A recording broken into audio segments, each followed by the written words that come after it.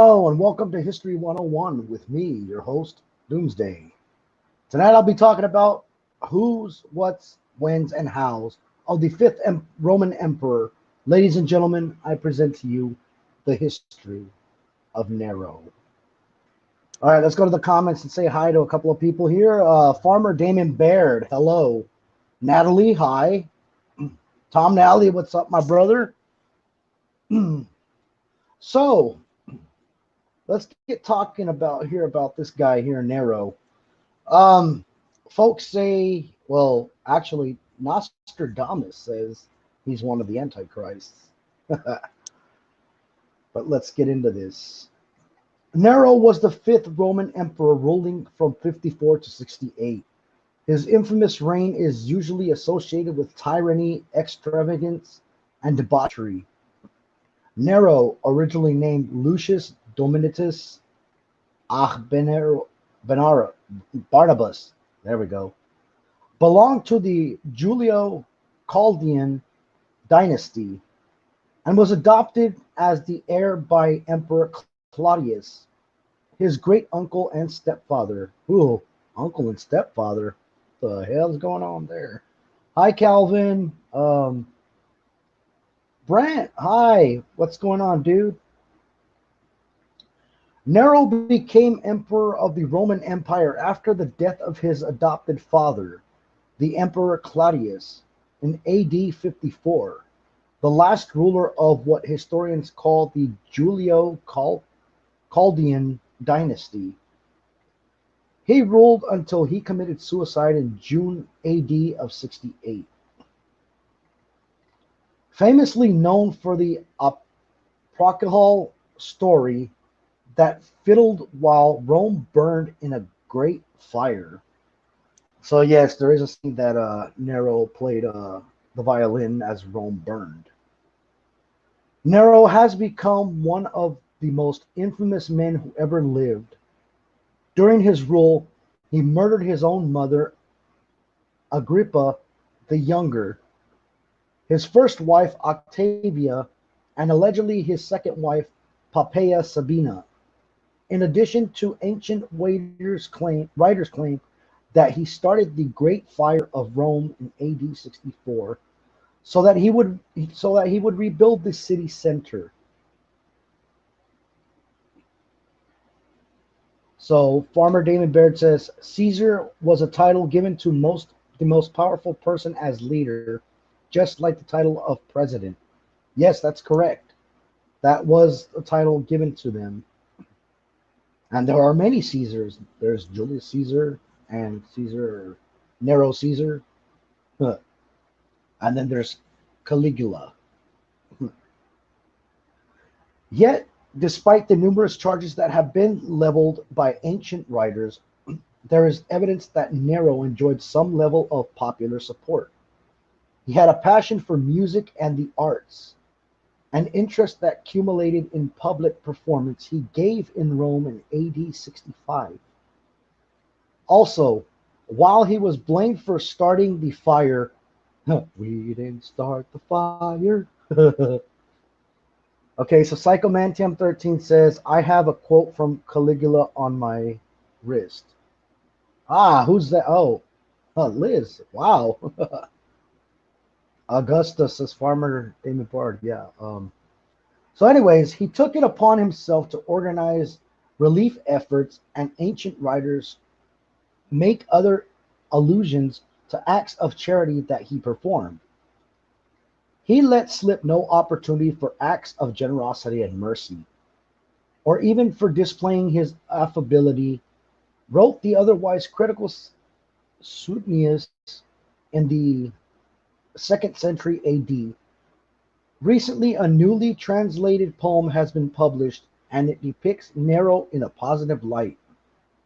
It tells of the defecation of his dead wife, Poppaea Sabina, concluding with her watching over Nero from the heavens. Scholars were surprised to discover that the text, which proclaims Nero a man of equal to the gods, dates about 2 centuries after Nero's death. suggesting that some individuals in the Roman Empire held a favorable view of him long after his death. So Nero's early life. Nero was born in Antium in Italy on December 15th, AD of 37, to his mother Agri- Agrippina in the Agrippina the Younger, and his father Gnaeus Domitius Ahen Barnabas. His father, a former Roman consul, died when he was about 3 years old, and his mother was banished by the Emperor Caligula, formerly known as Gaius. He was the third Roman emperor, ruling from 37 to 41. The son of popular Roman Germanicus and Augustus, granddaughter of Agrippina the Elder, Caligula was born into the first ruling family of the Roman Empire, conventionally known as the Julio-Claudian dynasty. So I got Brent Monroe saying, "My kids take notes for their home school." Yeah, it's great that they take notes. I'm glad. I'm glad. Um, After the murder of Caligula in January AD 41 and the ascension of the Emperor Claudius shortly afterwards, mother and son were reunited. His ambitious mother would go on to marry Claudius, who was also her uncle. Ugh. So yeah, I guess in the Roman ages there was a lot of incest. In AD 49, and she saw to it that he adopted her son, giving him a new name that started with Nero. His tutors included the famous philosopher Seneca, a man who would continue advising Nero into his reign, even writing proclamations explaining why Nero killed his mother. So one thing about Nero is that people say that he was the worst emperor due to the fact that he did actually let his mother and his wife uh, rule Rome for a bit. So yeah, the newly adopted son would later take hand of his stepsister Octavia in marriage, and become Claudius, heir apparent, the emperor choosing him over his own biological son Britannicus, who died shortly after Nero became emperor. After the death of Claudius in AD 54, possibly being poisoned with a mushroom, Farmer Damon Baird says the last Roman emperor died at age 31 in a great civil war inside itself. That's pretty young to die at 31. Nero was Nero, with the support of the Praetorian Guard, and at the age of 17 became emperor. In the first 2 years of Nero's reign, he coin depicted him side by side with his mother Agrippina. She managed for him all the business of the empire. She received embassies and sent letters to various communities, governors, and kings. Now, going on to killing his mother, Nero and his mother appear to have had a falling out within about 2 years of his becoming emperor.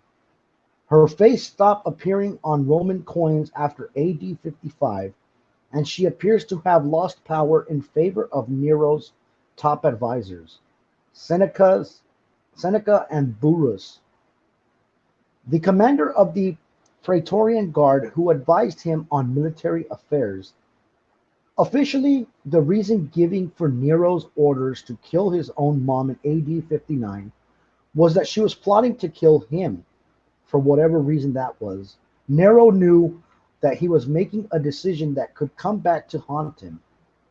This was a crime that will have caused revulsion in the Roman world. For the mother was that most sacred of icons within the Roman family. Nero, not trusting his Praetorian Guard to carry out the killing, ordered naval troops to sink a boat that she would be sailing on. This first attempt failed, with his mother swimming to shore. Nero then ordered the troops to do the job directly. Tacitus wrote that when the troops came to kill her, she told them, "If you have come to see me, take back word that I have recovered from the sinking boat. But if you are here to do a crime, I believe nothing about my son. He has not ordered his mother's murder." But, yeah. Nero, much to his relief, found his actions applauded. The senators said that they believed his life was at risk and congratulated him on killing his own mom. Seneca himself wrote Nero's report on the murder to the Senate. So now we go on to him killing his first wife. God dang. His marriage to Octavia was not a happy one. She gave him no heir, and the two were estranged by AD 62. In that year, he divorced her, then accused her of adultery and killed her. Nero may have taken the step of killing her as a way to protect his position as emperor. As Schotter notes, a large part of Nero's legitimacy as emperor was based not only on the fact that he was the adopted son of Claudius, but that he was married to his daughter. Suetonius writes that after several vain attempts to strangle her, he divorced her on the grounds of barrenness.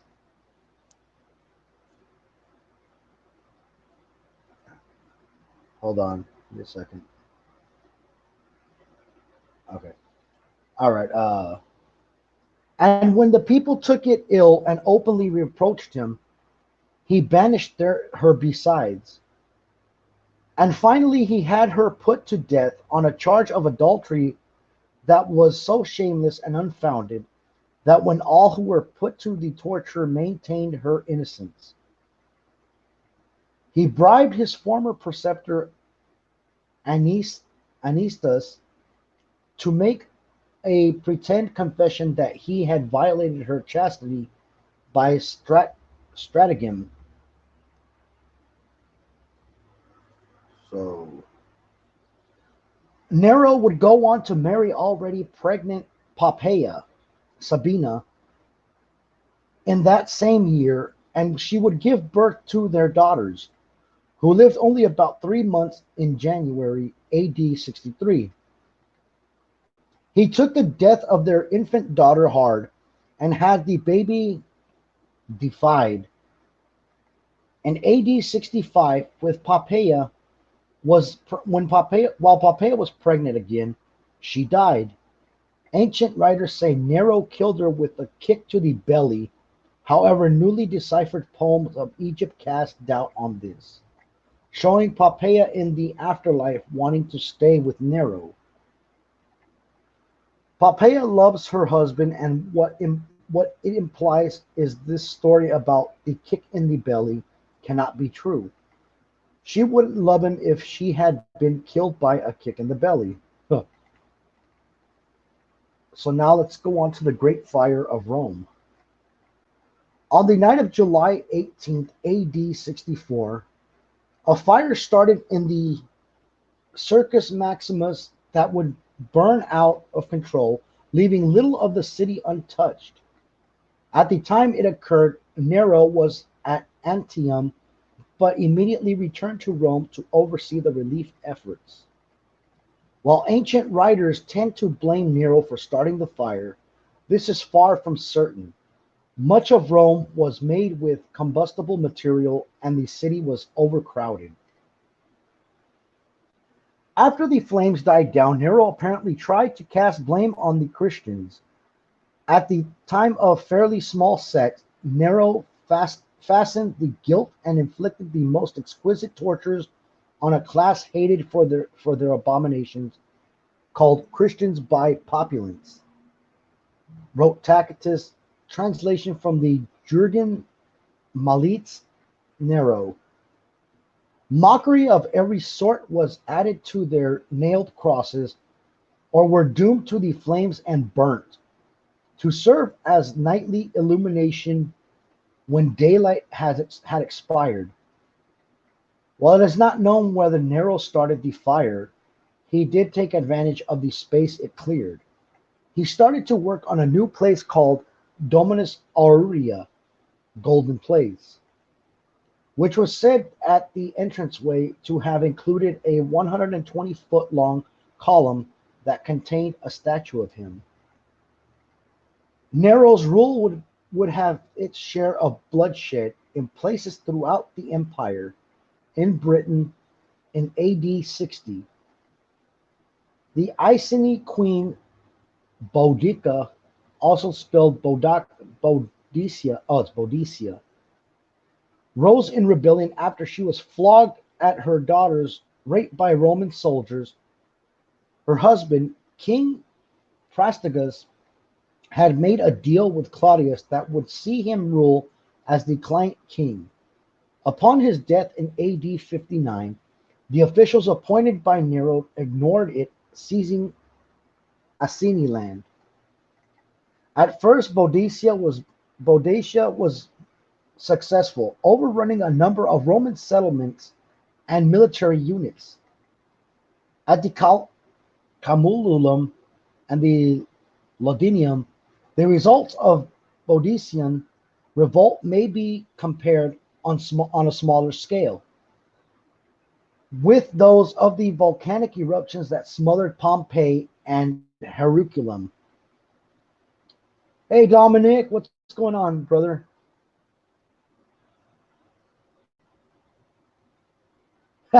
Liz says Boudicca.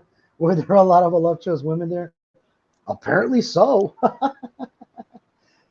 All right.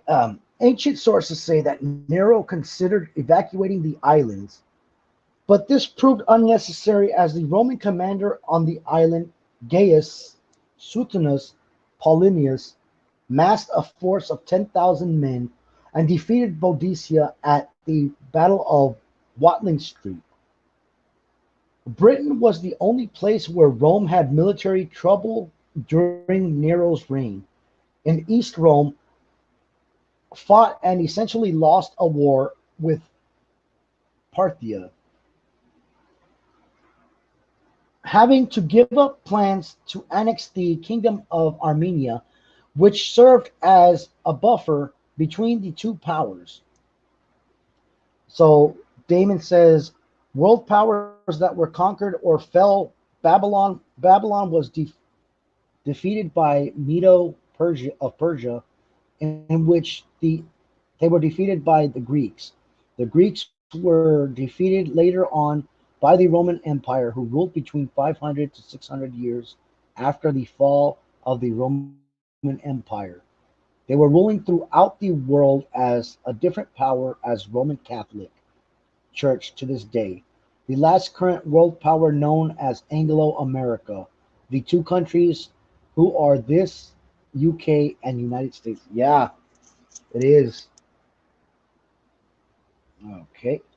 Additionally, a rebellion in Judea AD 67 near the end of Nero's reign would eventually lead to the siege of Jerusalem in AD 70 and the destruction of the Second Temple. One effect of this was abandonment of Qumran, the site where the Dead Sea Scrolls were found stored nearby in the nearby caves.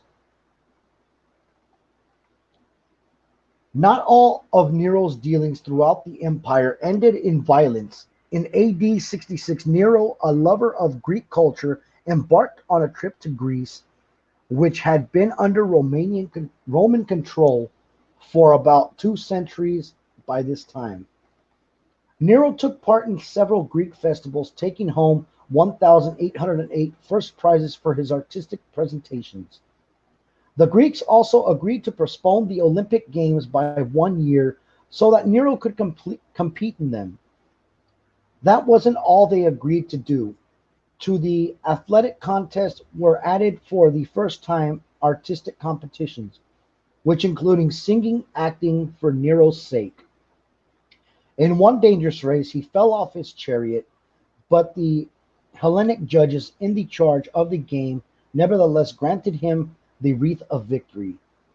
He rewarded these traditionally unpaid officials with 1 million denarii. Huh.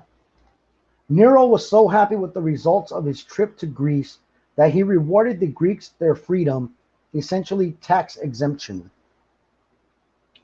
By AD 68, the problems Nero faced had piled up. He had killed his mother, first wife, and by some accounts his second. Additionally, the rebuilding of Rome, not to mention the construction of his golden place, was putting a financial strain on the empire. This forced him to raise taxes wherever he could and even take religious treasures. Huh. That sounds kind of familiar now. Nero took votive offerings from temples in Rome and Italy, as well as hundreds of cult statues from temples in Greece and Asia. After the fire of Rome in AD 64, in April of 64, a Roman governor in Gaul named Gaius Lewis Vindex renounced Nero and declared his support for Galba, then in Spain, for emperor. So Damon says, I study the Bible as a tie in world events of the past and present. Wow. Although Vindex committed suicide after his forces were defeated by German legions in May, it was enough to undo Nero. Not long afterwards, the Praetorian Guard, the force charged with guarding the emperor himself, renounced their support for Nero, and now former emperor was declared an enemy of the people by the Senate on June 8th. Damon says, taxes, that sounds familiar. They they seem like they've jacked up the taxes every. Yeah. Oh, hi Genevieve. Excuse me. Okay, where was I now? Okay. Shit, I lost my place. Okay. His last words were said to be, "What an artist dies in me." Schotter notes that his longtime mistress Acte was by his side and ensured Nero a decent burial in the family tomb of the Domiti on the Pinican Hill in Rome. After Nero's death, the Roman Empire plunged into chaos as a succession of short-lived emperors tried to gain control of the empire. Nero still has a considerable deal of popular support, and one of these emperors, Otho, even renamed himself Nero Otho in his honor. People also refuse to believe that Nero was actually dead. Many believe that Nero did not kill himself in June of 68. Tacitus, the ancient writer, admits various rumors circulated about Nero's death, and because of them, many believed or pretend to believe that he was still alive. The decades that followed Nero's death saw a number of appearances in the East of impostors, a sign that some in the Roman Empire still approved of the man who today is known so infamously. Uh, and tonight, I'm going to cut it short because that's all I have. But yeah, don't forget to follow and like the content artists here in the collective, such as Odd Mother, Cemetery Joe and the Cemetery Kids, Chaos and Squeaks, the Sideshow, Stray Hair, Night of the Living Dreads, that's Dreads without the A in it, Jugs and Beast on Right, The Metal Show, Psychic Cindy, Jillian and Genevieve, Dom and Tom's World, you see, I didn't forget it this time, and Tom's World. Also like and follow Psycho Bunny Death Cult, Psycho Bunny DC, Psycho Mantium 13, Roots Bleed Red, PBDC TV, and also I have my own page as well. It's Doomsday Aubrey TM. Many thanks to Liz and Frank for helping out with production. Thank you all and have a great night. See y'all next Monday for History 101.